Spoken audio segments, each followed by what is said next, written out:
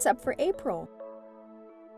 Mars at opposition, a lunar eclipse, and April's Lyrid meteor shower.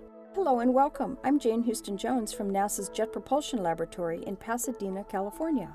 On April 8th, Mars reaches opposition in its nearly 2-year orbit, when it's directly opposite the Sun in our sky. This year, Mars will be closer to Earth than it has been since 2007. Mars rises in the east in the early evening and is visible all night long.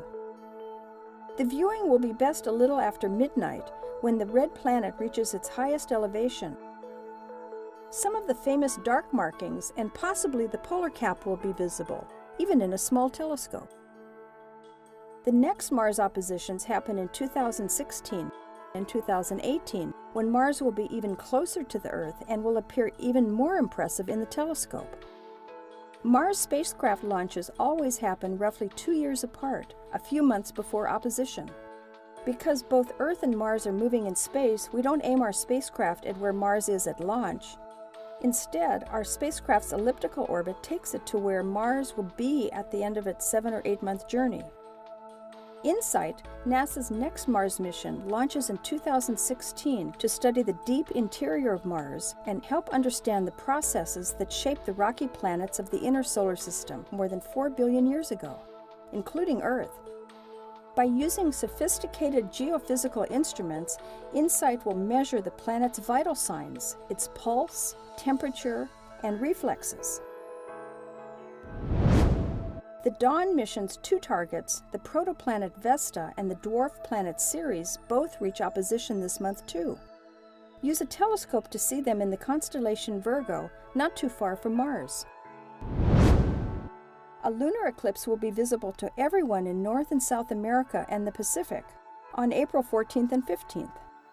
On the East Coast, the eclipse begins at 12:53 a.m. and ends at 6:38 a.m. If you just want to catch the total eclipse, set your alarm clock for 3 a.m. on the East Coast and midnight on the West Coast. The total eclipse will last an hour and a half from beginning to end. Look for the familiar constellation Lyra rising in the northeast at 10 p.m. It'll be high overhead by 4 a.m. This month's Lyrid meteor shower peaks on the nights of April 22nd and the morning of April 23rd. But you'll spot some Lyrids any night between the 16th and the 25th. The peak rate is expected to be 15 to 20 meteors per hour.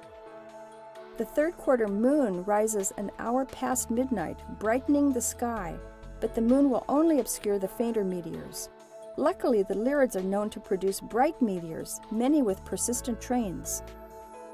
If you're under a dark sky, you can't miss the beautiful River of Stars near Lyra, a spiral arm of our Milky Way galaxy. You can learn about NASA's Mars exploration missions and all of NASA's missions at www.nasa.gov. That's all for this month. I'm Jane Houston Jones.